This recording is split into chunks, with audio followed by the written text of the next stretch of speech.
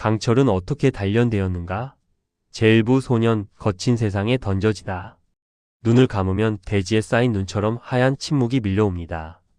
사람들은 묻더군요. 보이지 않는 어둠 속에서 어떻게 견디느냐고. 하지만 나는 대답합니다. 내 마음속에는 여전히 뜨겁게 타오르는 불꽃이 있다고 말입니다. 나의 이야기는 그 불꽃이 처음 지펴지던 아주 먼 어린 시절부터 시작됩니다. 나는 우크라이나의 작은 마을, 가난한 노동자의 집에서 태어났습니다. 내 기억 속의 아버지는 늘 기름때와 땀 냄새에 젖어 있었고 어머니는 굽은 허리를 펼 날이 없었지요. 가난은 그림자처럼 우리를 따라다녔습니다. 9살이 되던 해 나는 학교에서 쫓겨났습니다. 세상의 규칙이라는 것이 부유한 이들에게만 너그럽다는 것을 그때 처음 알았습니다. 어린 나이에 내가 처음으로 마주한 세상은 차가운 식당 바닥과 화구 속의 뜨거운 불길이었습니다. 식당 보조로 일하며 접시를 닦고 기차의 화로에 석탄을 퍼부으며 나는 소년에서 어른이 되어갔습니다. 손바닥엔 굳은 살이 박이고 얼굴엔 검은 그을음이 가실 날이 없었지요. 하지만 그 고된 노동보다 나를 더 힘들게 했던 건 배고픔이 아니라 무시당하는 마음이었습니다. 너 같은 놈들은 평생 이렇게 살다 죽는 거야. 누군가 내뱉은 그 독한 말들이 내 가슴에 박혔습니다. 그때 결심했습니다. 나는 결코 이렇게 무너지지 않겠다고. 내 인생은 남이 정해준 대로 흘러가지 않을 것이라고 말입니다. 그 거친 일터에서 나는 세상을 배웠습니다. 정직한 땀방울의 가치를 알았고 옆에서 함께 석탄을 푸던 동료들의 따뜻한 손길을 기억합니다. 그것은 학교 교과서에서는 배울 수 없는 진짜 인생의 수업이었습니다. 세상은 나를 거친 길바닥으로 내던졌지만 그 길 위에서 나는 단단해지기 시작했습니다. 마치 대장간의 망치질을 견뎌내는 쇳덩이처럼 말입니다. 아직은 무엇이 될지 모르는 투박한 쇳덩이였지만 내 안에서는 무언가 꿈틀대고 있었습니다. 그 무렵 마을 너머에서 거대한 폭풍이 다가오고 있었습니다. 세상을 통째로 뒤흔들 혁명의 불길이었죠. 나의 어린 시절을 집어삼켰던 그 가난과 차별을 끝낼 수 있다는 희망. 나는 그 불꽃을 향해 달려가기로 마음먹었습니다. 그것이 나의 운명을 어디로 이끌지도 모른 채 말입니다. 제2부 전쟁의 불길 속으로 마을 어귀까지 들려오던 포성 소리가 점점 가까워지던 그해 여름을 기억합니다. 세상은 둘로 갈라져 싸우고 있었고 평범했던 우리들의 일상은 단숨에 무너져 내렸습니다. 누군가는 두려움에 숨었지만 나는 가슴속에서 차오르는 뜨거운 무언가를 느꼈습니다. 그것은 단순히 젊은 날의 혈기가 아니었습니다. 더 이상 차별받지 않는 세상, 어머니와 아버지 같은 사람들이 허리를 펴고 살 수 있는 세상을 향한 갈망이었지요. 나는 15살의 나이에 붉은 군대에 자원했습니다. 내 몸보다 무거운 소총을 어깨에 메고 처음 전선으로 향하던 날, 고백하건대 두려움이 없었던 건 아닙니다. 하지만 나를 움직인 건 공포보다 더 큰 희망이었습니다. 전쟁터는 상상보다 훨씬 참혹했습니다. 흙먼지와 화약 냄새, 그리고 어제까지 함께 웃던 동료들의 죽음이 일상이 된 곳이었지요. 나는 최전방 기병대원으로 배치받아 말을 타고 전장을 누볐습니다. 적의 포탄이 머리 위로 빗발치고 말이 비명을 지르며 쓰러지는 아수라장 속에서도 나는 멈추지 않았습니다. 내가 여기서 물러나면 다시는 내 고향의 아이들이 가난 때문에 학교에서 쫓겨나는 일이 없을 것이라 믿었기 때문입니다. 그때의 나는 마치 미친 사람처럼 싸웠습니다. 배고픔도 추위도 잠을 자지 못하는 고통도 잊었습니다. 동료들은 나를 강철 같은 녀석이라고 부르기 시작했죠. 하지만 사실 내 몸은 조금씩 비명을 지르고 있었습니다. 어느 날 전장에서 커다란 폭발이 일어났고 나는 정신을 잃었습니다. 눈을 떴을 땐 병원의 차가운 침대 위였지요. 등에는 커다란 파편이 박혔고 머리에서는 피가 멈추지 않았습니다. 의사는 말했습니다. 이만하면 천운이다. 이제 집으로 돌아가 쉬어라. 하지만 나는 그럴 수 없었습니다. 아직 세상은 바뀌지 않았고 내 동료들은 여전히 전장에서 피를 흘리고 있었으니까요. 나는 붕대를 칭칭 감은 채 다시 말 위에 올랐습니다. 그것이 내 몸을 갉아먹는 치명적인 독이 될 줄은 꿈에도 모른 채 말입니다. 청춘의 푸른 피를 전장에 뿌리며 나는 생각했습니다. 인간은 무엇을 위해 목숨을 걸 수 있는가? 그리고 그 대답은 명확했습니다. 나 자신보다 더 큰 가치, 즉, 모두가 평등하게 웃을 수 있는 미래를 위해서라면 이 한 몸 부서져도 좋다고 말이죠. 그렇게 나의 청춘은 뜨거운 불꽃 속에서 익어가고 있었습니다. 제3부 얼어붙은 땅 위의 철도. 전쟁의 총성은 멎었지만 우리 앞엔 더 잔혹한 적이 기다리고 있었습니다. 그것은 바로 굶주림과 추위라는 놈이었죠. 도시는 얼어붙었고 땔감이 없어 사람들이 추위에 떨며 죽어가고 있었습니다. 도시를 살릴 유일한 방법은 숲에서 나무를 실어올 철도를 놓는 것뿐이었습니다. 우리는 그 얼어붙은 숲으로 향했습니다. 가진 것이라곤 낡은 삽과 곡괭이 그리고 달아빠진 외투 한 벌이 전부였죠. 영하 30도의 추위가 살을 파고들었습니다. 땅은 바위처럼 딱딱하게 굳어 곡괭이를 휘두를 때마다 손목이 떨어져 나가는 것 같았습니다.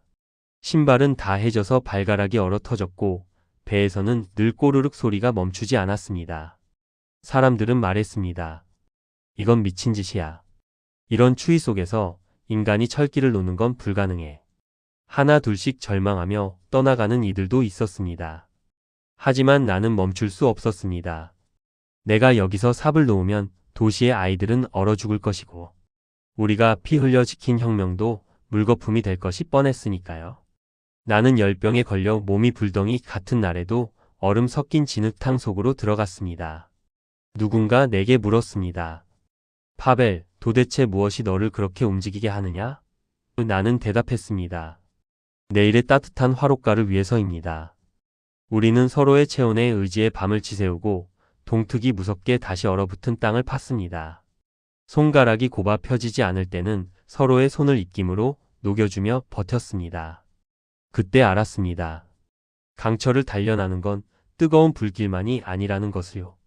뼈를 깎는 듯한 추위와 고통 속에서도 굴하지 않는 인간의 의지, 그것이 진짜 강철을 만드는 법이었습니다. 결국 우리는 해냈습니다. 기차가 경적을 울리며 우리가 놓은 철길 위로 들어오던 날, 나는 차가운 레일 위에 주저앉아 울었습니다. 승리의 기쁨 때문이 아니었습니다. 내 몸이 보내는 마지막 비명을 들었기 때문입니다. 장티푸스와 혹독한 추위는 내 젊음을 앗아갔습니다. 철길이 완성되던 그 순간 내 안에 무언가가 툭 끊어지는 소리가 들렸습니다. 병원으로 실려가는 기차 안에서 나는 희미해지는 의식을 붙잡으며 생각했습니다. 이제 내 할 일은 끝난 것일까? 하지만 그것은 끝이 아니라 더 깊은 어둠으로 들어가는 시작이었습니다. 제4부 첫 번째 어둠 신호가 오다. 철길이 완성되고 도시로 땔감이 들어오던 날, 사람들은 환호했지만 나의 세상은 조금씩 흔들리고 있었습니다. 처음에는 그저 지독한 피로인 줄로만 알았습니다. 전장에서 얻은 부상과 철도 건설 현장의 추위가 남긴 훈장 같은 통증이라고 생각했지요. 하지만 몸이 보내는 신호는 예상보다 훨씬 잔인했습니다. 어느 날 아침, 눈을 떴을 때 세상이 안개 속에 갇힌 것처럼 뿌옇게 보였습니다. 비비고 다시 보아도 시야는 맑아지지 않았습니다. 눈앞에 검은 점들이 떠다니고 때로는 강렬한 불꽃이 튀는 듯한 통증이 머리를 뒤흔들었습니다. 다리는 더 이상 내 의지대로 움직이지 않았고 손가락은 마디마디가 굳어가는 것 같았습니다. 의사는 침통한 표정으로 내게 말했습니다. 코르차긴, 자네의 몸은 이미 한계를 넘었네. 척추에 생긴 염증이 온몸을 마비시키고 있고 시신경도 서서히 죽어가고 있어. 그 말을 듣는 순간 가슴 속에서 거대한 바위가 떨어지는 기분이었습니다. 아직 20 중반의 나이, 하고 싶은 일도 가보고 싶은 곳도 너무나 많았던 청춘이었는데 말입니다. 나는 믿고 싶지 않았습니다. 다시 일어설 수 있다고, 이것 또한 지나가는 시련일 뿐이라고 스스로를 속이며 재활에 매달렸습니다. 지팡이에 의지해 한 걸음을 떼는데 온 힘을 다했고 희미해져 가는 시력을 붙잡기 위해 안간힘을 썼습니다. 하지만 어둠은 야금야금 나의 영토를 침범해 왔습니다. 어제 보였던 사물의 윤곽이 오늘은 보이지 않고 사랑하는 사람들의 얼굴조차 이제는 기억 속의 잔상으로만 남게 되었습니다. 가장 견디기 힘든 것은 육체의 통증보다 쓸모없는 존재가 되어간다는 공포였습니다. 한때는 말을 타고 벌판을 달리고 누구보다 앞장서서 삽질을 하던 내가 이제는 누군가의 도움 없이는 침대 밖으로 나갈 수조차 없는 처지가 된 것입니다. 어둠이 내 눈을 가리기 시작하자 마음속에도 짙은 그림자가 드리웠습니다. 이대로 끝나는 것인가? 투쟁의 현장에서 비켜나 이렇게 잊혀지는 것인가? 밤마다 천장을 바라보며 아니 천장이 있었을 어둠을 바라보며 나는 묻고 또 물었습니다. 강철은 뜨거운 불꽃 속에서 단련된다고 믿었는데 왜 내 인생은 차갑게 식어가는 잿더미처럼 느껴지는 것인지. 하지만 그 깊은 어둠의 심연에서 나는 아주 작은 빛줄기 하나를 발견했습니다. 그것은 육체의 눈이 아닌 영혼의 눈으로만 볼 수 있는 빛이었습니다. 제오브 닫혀버린 세상, 맹인이 되다. 마침내 마지막 빛의 한 조각마저 사라졌습니다. 이제 내 세상은 영원한 밤입니다. 눈을 뜨고 있는지 감고 있는지조차 구분이 가지 않는 칠흑 같은 암흑. 그 어둠 속에서 나는 침대에 박힌 모처럼 꼼짝도 할 수 없게 되었습니다. 전신마비. 의사는 내 몸이 이제 거대한 감옥이 되었다고 선고했습니다. 처음 얼마 동안은 미친 사람처럼 소리를 질렀습니다. 보이지 않는 허공을 향해 주먹질을 하고 싶었지만 손가락 하나 까딱할 수 없었지요. 마음껏 울고 싶어도 메마른 눈에선 눈물조차 잘 나오지 않았습니다. 30도 되지 않은 나이에 나는 산송장이 되어버린 것입니다. 어느 날 밤 나는 침대 곁에 놓여있던 권총을 생각했습니다. 예전 전장에서 내 목숨을 지켜주던 그 차가운 금속의 감촉이 그리웠습니다. 이대로 끝내는 게 낫지 않을까? 아무것도 할 수 없는 껍데기로 사느니 명예롭게 투쟁했던 기억만 남기고 떠나는 게 옳지 않을까? 죽음은 달콤한 휴식처럼 나를 유혹했습니다. 나는 떨리는 마음으로 보이지 않는 어둠 속에서 내 영혼을 향해 총구를 겨누었습니다. 하지만 그 찰나의 순간 내 마음 속에서 또 다른 목소리가 들려왔습니다. 파벨, 너는 전장에서 수많은 죽음을 보지 않았느냐? 너의 동료들이 목숨을 바쳐 지키려 했던 세상이 고작 너의 이런 포기를 보려 했던 것이냐? 나는 나 자신에게 물었습니다. 육체가 무너졌다고 해서 영혼까지 무너져야 하는가? 눈이 보이지 않는다고 해서 내가 꿈꾸던 미래까지 사라진 것인가? 아닙니다. 비록 내 다리는 멈췄지만 내 사상은 여전히 살아있고 내 눈은 멀었지만 내 기억은 그 어느 때보다 선명했습니다. 나는 권총을 내려놓았습니다. 아니, 마음속의 절망을 내려놓았습니다. 그리고 결심했습니다. 죽는 것보다 살아남아 싸우는 것이 수천 배는 더 힘들겠지만 나는 기꺼이 그 길을 가겠다고 말입니다. 전장에서는 총으로 싸웠고 건설 현장에서는 삽으로 싸웠다면 이제 나는 보이지 않는 눈과 움직이지 않는 몸으로 싸우는 법을 배워야 했습니다. 강철은 이제 가장 뜨거운 불길 속에 던져졌습니다. 형태를 잃고 녹아내릴 것인가, 아니면 그 열기를 견디고 더 날카로운 칼날로 다시 태어날 것인가. 어둠 속에서 나는 나지막이 읊조렸습니다. 아직 끝이 아니다. 파벨 코르차긴, 이제 너의 진짜 전투가 시작될 뿐이다. 제육부 입술로 쓰는 문장들. 육체라는 감옥에 갇힌 채 내가 할 수 있는 건 오직 생각하는 것 뿐이었습니다. 하지만 생각은 꼬리에 꼬리를 물고 나를 괴롭혔지요. 그때 깨달았습니다. 내 안에 쌓인 이 뜨거운 이야기들을 밖으로 끄집어내지 않으면 나는 이 화병에 타 죽고 말 것이라는 사실을 말입니다. 나는 결심했습니다. 총 대신 펜을 들기로 말이죠. 하지만 현실은 가혹했습니다. 눈은 보이지 않았고 손가락은 펜대를 쥘 힘조차 없었습니다. 처음에는 종이 위에 구멍을 뚫은 판자를 대고 글자를 써보려 했습니다. 줄이 삐뚤어지지 않게, 글자가 겹치지 않게 온 신경을 손끝에 모았지요. 하지만 결과물은 엉망이었습니다. 내가 쓴 글자를 나조차 읽을 수 없는 그 참담함이란. 종이를 찢어버리며 나는 몇 번이고 절규했습니다. 그때 내 곁을 지켜주던 이들이 손을 내밀었습니다. 파벨, 당신이 말하세요. 우리가 받아 적겠습니다. 그날부터 나의 새로운 전투가 시작되었습니다. 나는 침대에 누워 천장을 향해 아니 내 마음속의 전장을 향해 입을 열었습니다. 내가 겪은 가난, 전장의 포화 속에서 느꼈던 공포, 철길 위에서 마셨던 차가운 공기.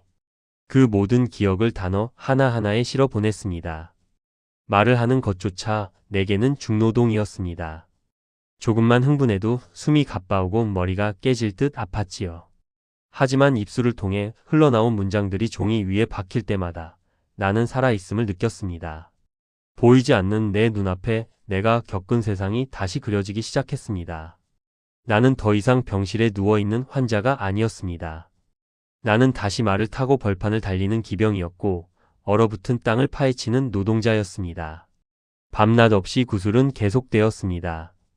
때로는 적절한 단어가 떠오르지 않아 며칠을 앓기도 했고 때로는 내가 쓴 문장이 마음에 들지 않아 처음부터 다시 시작하기도 했습니다.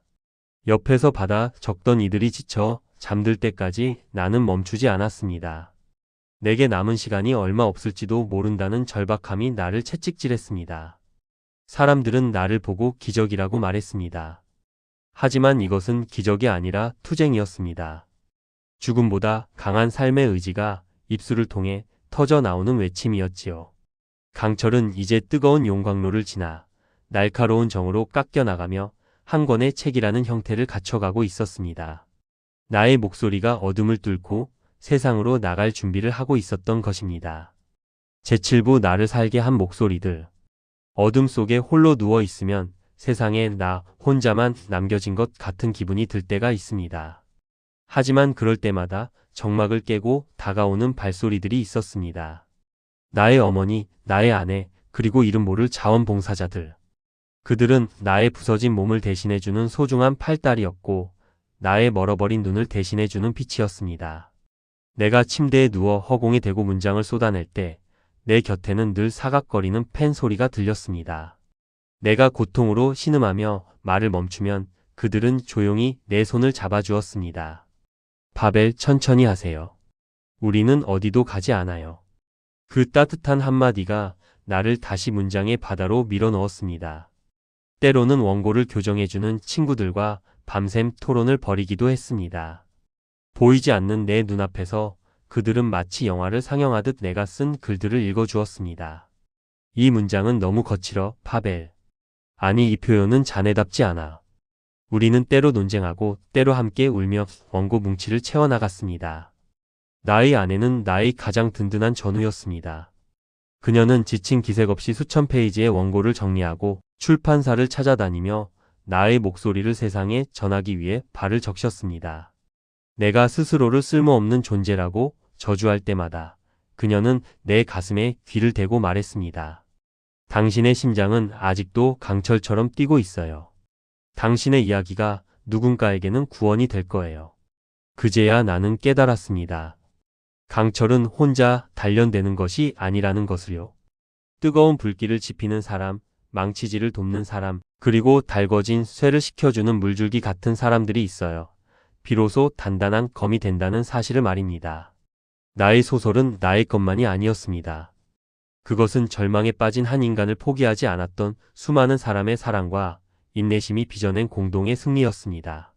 그들의 목소리가 없었다면 나의 문장들은 그저 어둠 속에서 흩어지는 덧없는 공기였을 것입니다. 그들의 손길 덕분에 나는 다시 꿈을 꾸기 시작했습니다.